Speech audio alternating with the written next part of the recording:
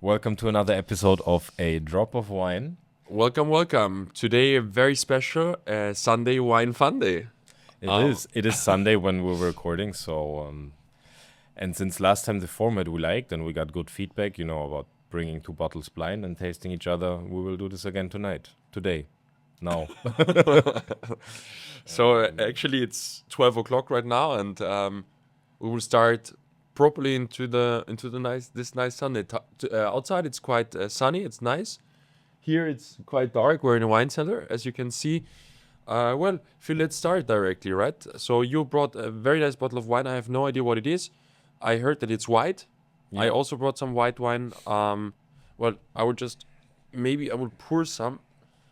Who wants to start Yeah, let's start together. with your wine? To swirl or not to swirl? That is the question. Yeah, that was the question last time also. So I told you, like, okay, swirling, I love it. I always do it. It's like a because- tick. Yeah, I like have it. the It's just a glass. good feeling to swirl and Yeah. to have the flow, So, sorry. Bring some energy into the wine. Exactly, and yeah. So actually, why do you swirl? So the people say that you just bring the aromas up to smell the wine better. It's true, definitely. But what I said last time is that at the WSET, the teachers they told me that it's better to not swirl a wine when blind tasting. So you just take the glass first. You have a smell. Maybe you swirl after, but I don't know why actually. But also, sorry for interrupting, but they have different glasses there. They have tasting or nosing glasses there, so they're much smaller. They're just more narrow. They're like this size. And like this, the aromas anyways are everywhere in the glass. When we have these big red wine glasses here, I think it's harder for the aromas to come up. But Cheers. Cheers. Let's try it. Yeah, Thank I will you. try yours now. And I already have an idea. Okay. But yeah, well, yesterday was Saturday, and I just have to get the feeling for the wine now because I just brushed my teeth. Oh, that's smart. Maybe 45 Very minutes smart. ago, so I'm still. Good morning. Thank you. Good morning. Yeah, it's a Sunday, so. Um, I also have an What idea. What do you think, Phil? We have a very fresh wine. I think perfect for this nice Sunday today. There's a good amount of acidity, Yeah, a lot of citrus fruits, a little bit of pear, apple, Marille, a little bit of Marille. but I like it. Yeah, great. I also like your wine. I didn't try it yet. Talking about swirling, so we just talked about swirling. Let's get deeper into the whole wine etiquette topic. I just see you're holding the glass very elegant, so not like I do sometimes. Or like this. Why you? So some people hold the glass like this. Some people hold the glass like this. You can also hold it here. You can also hold it here. Makes sense to hold it here. Why? Several reasons. Ideally, hold it here. First thing is you don't get your fingerprints all over the glass. So throughout the whole evening or day or whatever you have it. So if you're a murderer, don't take it here because you could get caught because of your fingerprints. And the glass will look very dirty really fast. That's just the optics. The reason regarding the tasting and the aromas of the wine, why you don't hold it there is because your body temperature changes the temperature of the wine. And ideally when you're in a good restaurant, the sommelier serves you the wine, or the waiter or whoever, or at home from the fridge serves you the wine at a certain temperature at which it is supposed to be enjoyed. 16 to 18 degrees for a red wine and 12 to 14 degrees or 10 to 12 depending on for a white wine, sparkling wine. Means your body temperature with 37-ish degrees will always raise the temperature of the wine to something you don't want. Well, very, very technical. Are there any other reasons? No, I don't know. Let us know if you know some other reasons. Besides temperature and optics for the glass. One other point for etiquette is Maybe you want to guide us through the process of how to taste wine in a restaurant. Okay. So scroll down and find the video on Instagram. Or I think it's pinned actually, one of the first ones. So No, just yeah. We had a very successful video with this, actually. yeah. So what do you mean? So how the whole process in the restaurant works, or You order a bottle of wine. yeah. The person you ordered the bottle So- of wine with presents you the Yeah. wine. Okay. So the ideal procedure, definitely. So you arrive to the restaurant, the wine is already waiting on the table, and you don't have to wait until it's here. No, I'm joking. So, the ideal thing is, so first, also something that we could talk about it. You know, when you go to a restaurant and you're with different people, with friends, most of the times, as we are in the wine branch, the people say, Joaquin, Philip, take the wine menu, just order a bottle of wine. You know about wine, so it's always very difficult, as you know. It is. Because, so first of all, you have to take care that it's not too pricey, maybe, because you don't wanna, you wanna be fair with everyone. So also, if you have a better taste, or you wanna spend a little bit more for wine, there's some people that they're not into wine as much, and it's not worth for them to spend a lot of money for wine. So then the next point is the taste profile. So some people like orange wine, some people like natural wine, some people prefer red, white, or rosé. And then it's always quite difficult to find the perfect match for your friends. And then the next thing is also when you start choosing it, especially when you're with your wife or when I'm with my girlfriend, you start looking at the menu. And sometimes in some restaurants you have a very big wine menu, and you know how it is. We love to check the wine menu. We love to check the prices. We love to check the positions. We love find the best bargains and exactly, and then you start watching and having a look at the wine menu, and 20 1 hour minutes later, pass. your partner is just sitting there and just watching. That's always quite stupid. That's Yeah. one, like, sometimes in the restaurants where you have very, very big menus. I don't know. I prefer to check the menu ahead of time, Yeah. so that ideally the restaurant has the wine list online. I'll go through it before we go to the restaurant, so that I don't bother all the other people with waiting for me, because I'm gonna look at every page. I don't care, but this can take time, and then when you go there, you already know, okay, this would be an interesting price point. This could match with the food that they're offering, and so save yourself and your guests some time and check this beforehand. How do you usually do it? Do you choose the wine first or after ordering food?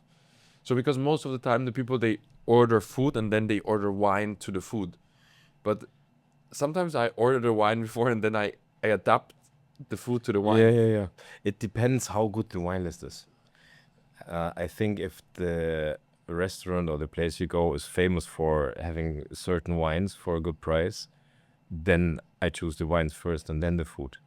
If there's the focus on the food, then I would go to see first what food do I want and then add the wines to it. Agree. How do you determine the amount of money you want to spend when you're with a group of friends who tell you choose a wine? No, so that the what I meant is that, sometimes, so I prefer to drink wine if I drink a good wine. Yeah. When I drink if I drink wine, I prefer to drink a good one, a wine that I like. Yeah. And I don't want to say that that good wines always have to be expensive. That's not true. You know that. Yeah. But most of the times in the restaurants, the better bottles or the things that they get more expensive, of course. So when we are sitting here and we go to the shop, or we take our own wines from Vilumi, or we buy it with a winery or something, we always pay very fair prices. But in the restaurant, they have big margins. So it's always, just difficult, because there are some people, they are ready to spend 60 euros for a bottle of wine in a restaurant. There are some people, they are ready to spend 100 euros. And there are people who don't care at all. Yeah, exactly. So this is always the tricky thing, because when you split the bill after, um, you always wanna split the wine bottle also, or you Yeah. just order 2 or 3 and then you split, or I don't know, but you know what I mean, right? I know what you mean. For me, it's very difficult, especially when you go. I mean, with friends, many of our friends are into the world of wine and like So drinking they're good ready to bottles. spend also.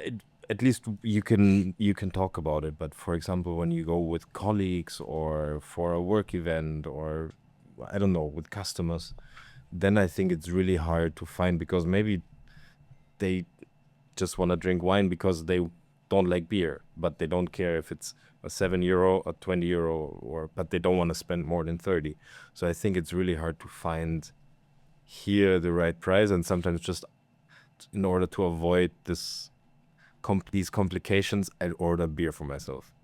I'm Okay. like, I prefer beer tonight Yeah. because I prefer to have like a normal beer, which will taste good everywhere, than to order a Not bottle true. of wine, that I don't like, but which is off balance. The acidity is too high. Yeah, sometimes you Doesn't have need- these kind of restaurants where you don't have a really nice wine menu. Yeah, I don't know, I don't want to say a name now, but sometimes you just go to a restaurant and they have great food, and just yesterday I went for dinner yesterday, and I love this restaurant in the First Street in Vienna. And it's a restaurant where you go and you have everything. You have I sushi, know you which have restaurant you're talking you have- about, and I'm so with you. yeah, you have sushi, you have a great schnitzel, you have great fish, you have everything. Vienna people, let us know in the comments which restaurant you think this is. Yeah. And I mean the one upstairs, not the one downstairs. So not the 100% sushi restaurant. I mean the one upstairs. I love it, really. The Yeah, food is great. amazing. Service is always good. Yeah, but it's the wine menu is The wine list sucks. yeah. They have good wines, but most of the times they're way too expensive. Yeah. And okay, and it's a kind of a weird wine menu. They have Yeah. some good positions, but the good ones are too expensive. Yeah. So Yesterday I had a bottle of Pinot Noir, Moret Saint Denis, but I don't remember the producer. But the wine was good, Yeah. but it was also too expensive for what it is. so it's a beautiful restaurant though. Yeah, especially in summer with the view upstairs outside. Yeah, I We're agree. not gonna tell you which view. Uh-huh. We're not going to tell you which view it is, Yeah. because then you know. Anyways, so yeah, that's what I mean. I prefer to have a good wine than to have like a normal beer than to have just a random wine just for the sake of drinking wine. Like before, it was different since we were working in a wine branch. You get used to certain things. We are happy to know that we have good customers, that we always love to open great wines with them, especially at our events. They always bring great bottles. Like at our event a few days ago on Friday, our Stammtisch at the Cover Club. That was nice. It was very nice, and they really, some of our friends, customers, they brought really, really good wines. Definitely. Which is, yeah, it's always fun, and I prefer to drink this kind of wines than drinking wine. Yeah. So It's more about the quality than the quantity. yeah. Ideally, you have quality in quantity, but it's not always the perfect world. Yeah, agree. More about wine etiquette. When you order, there are two different types of pours. There's the tasting pour when you order a bottle of wine, and there's the normal pour when you order a glass or when they pour you by the bottle. Do you want to show, because my glass is empty right now, do you want to show what's the tasting pour The tasting pour? and why we do that? And what you should never do, I will also tell you. So Maybe I will do it. What you should never do. no. Okay, so this is the tasting pour. So the tasting pour you get when you order a bottle of wine to taste if the wine has any faults. It's not because they want you to taste if you like the wine. You ordered the bottle of wine. If you don't like it, that's your problem. You can't send it back. So in this case, the whole procedure. First, the sommelier, he comes and shows you the bottle of wine. Very important. It happened to me. You should always check and really have a look at a relook. Also, if you know how the wine looks. You know, sometimes in a restaurant it's hectic. You're talking to the people, you're talking to friends, you're talking to your partner, and somebody comes and he shows you the bottle, and then straight there he just opens it. So always first have a quick look at the bottle, but really concentrate it, because sometimes they bring the wrong vintage or something, and when it's open, it's your fault because he showed it to you. It happened to me before, and I was mad because, yeah. Secondly, you look at the wine, you smell the wine, you taste the wine. And you don't do that if you like it or not. You order the bottle, it's your problem. Yeah. You do it in order to see if the wine has any faults. Does it cork? Is it oxidized? Is it just, I don't know, was Korken oxidiert? No, niks. Is it cork oxidized? Does it have any other faults? And if it doesn't, then you get it. If you don't like it, you still keep it. Don't be that person. I like. So that's the tasting sample. The sample pour, the tasting pour, sip, whatever. Then we have the normal. If you like it, I like it. yeah, Please. great success.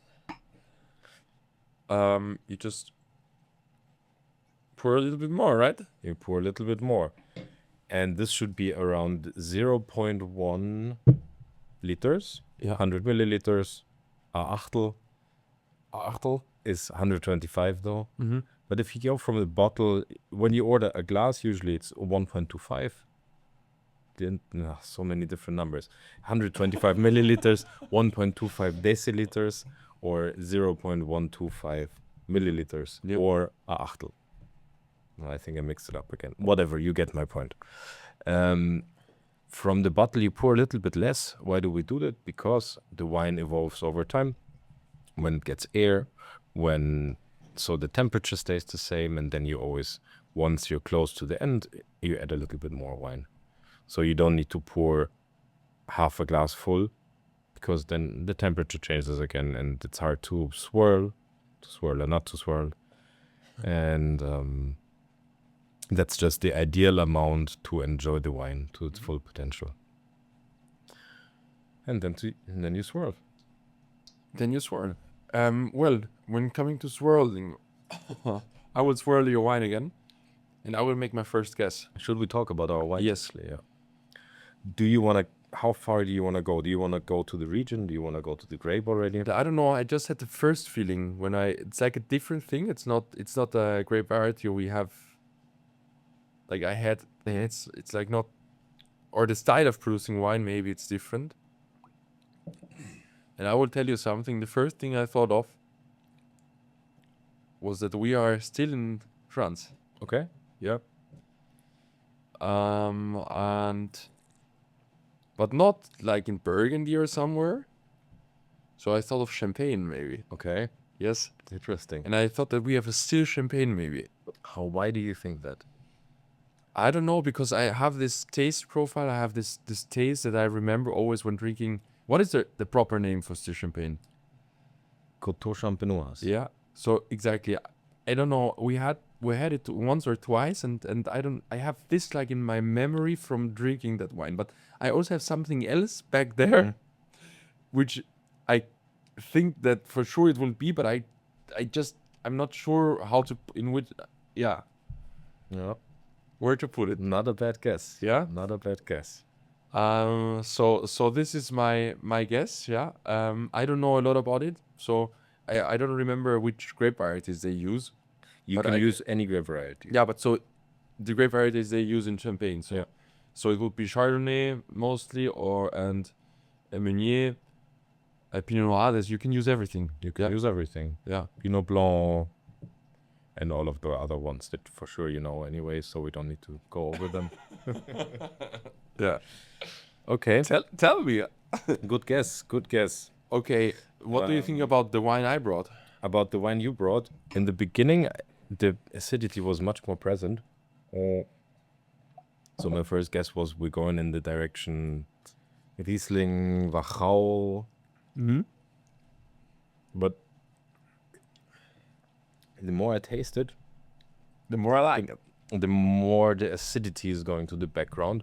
So I moved a little bit away from Riesling. I'm still in the region of Wachau. Okay. I don't know. I'm a bit unsure. Maybe not Wachau. I need some time. Yeah, take your Need time. some time, maybe. It's Sunday wine fun day. We can sit here until next Sunday. You know, in our precious wine cellar, we don't have a phone connection, so it's always nice when you want to get away from home and you want to escape from reality. You just lock yourself into the wine cellar. You have a lot of great wines, and no one can reach you. So great for a Sunday, and great for a Monday, and for the whole week. I'm having a hard time here. I'm not here. Sorry. Here I'm having a Sorry. great time. Here I'm having a great time. I'm having a hard time guessing the wine. So you're sure it's an old world wine? I'm sure it's an old world cold climate wine. Okay. Um, That's quite interesting. Really, like I don't wanna. I'm honest now, but like I thought that you would really directly guess the wine, but it is difficult. Like it's not the typical thing you would expect of this kind of wine. You will see when I reveal it. Like, and I'm not lying, or I'm just not Yeah. trying to give you a wrong hint or something. I don't know. The more I taste it, the more I'm moving away from my first guesses. Yeah, but what I always say is, you know, always listen to your heart when tasting wine. So most of the time, the first guess is the right one, and then if you start getting like, I mean, I don't wanna. But for Riesling, the acidity is missing. No, I agree. It's not a Riesling for Yeah. sure. It's not. No. So now I'm moving. I think we're in Austria. No. I think we are in Austria. Or, last time I was giving you guesses. Maybe this time you can give me some. Last time I was giving you hints. Maybe this time you can give me some hints. We're not in Austria. We're not in Austria. Great. Okay. But I agree, it's tricky. Like, usually, like I'm sure that you would know which grape variety this is for sure, because the grape variety is actually a grape variety we drink sometimes and we really like. But in this case, it's difficult. I don't know why. It's not the typical style of this wine, and when you will see the bottle, when I reveal it, it's like you will see it's completely different. Like it's not usually Is it a Chardonnay from Italy? Italy. No. Yeah, I don't know. I have a hard time. So, but I will tell you, we are in the old world and we are in Europe different. So, Okay. It's a white wine. it's a white wine, yes, definitely. Okay, let's swap to yours. Yeah. Again. So I said that was my first guess. Yeah. I have like a special nose. I don't know. I can't describe it. I love. But the I know nose. this. But I know this, and I had it before. I don't know if I had this wine before, but I know the style. And You had the producer before. yeah, I know the style, and I had this grape variety also before. I can't really tell you which one it was, but I thought of still champagne. Yeah, it's correct. Yeah, That's correct. Good Nice. guess. Really good guess. Hmm. Do you think you can guess the grape variety as well? difficult, but I guess it's blend. It's Or not. No. It's not okay. And I think the nose gives it away. I think I really taste like very greenish. And it's really it's like greenish, you know, like a early harvest. You know, I still smell and I taste a little bit of bitterness and acidity. That Like maybe red berries. It could be.